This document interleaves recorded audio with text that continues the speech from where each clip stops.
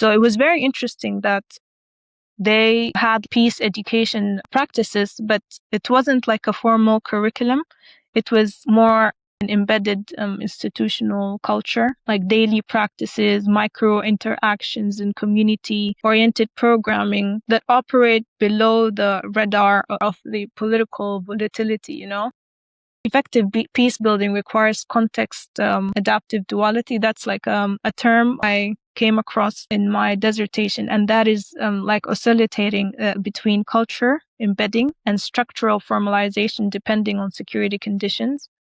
Because it has been mentioned even in research over and over again that peace education should be formal, it should be in the curriculum. But the research also highlights that it doesn't have to be, and the best practices actually weren't formally integrated into the curriculum. It also highlights critical indigenization, like integrating the local conflict resolution mechanisms.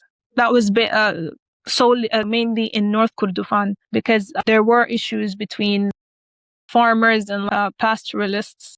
So that with international frameworks while reforming like exclusionary practices around gender and youth. So most transformative, however, was the embodied relationships, the students discovering shared humanities through everyday moments, music, food, collaborative projects, sports, rather than through abstract lesson on tolerance, because we were also looking into how those peace education programs reduce identity fault lines and whether they were sustainable or not. So despite the significant barriers, stakeholders really demonstrated remarkable resilience, Leila.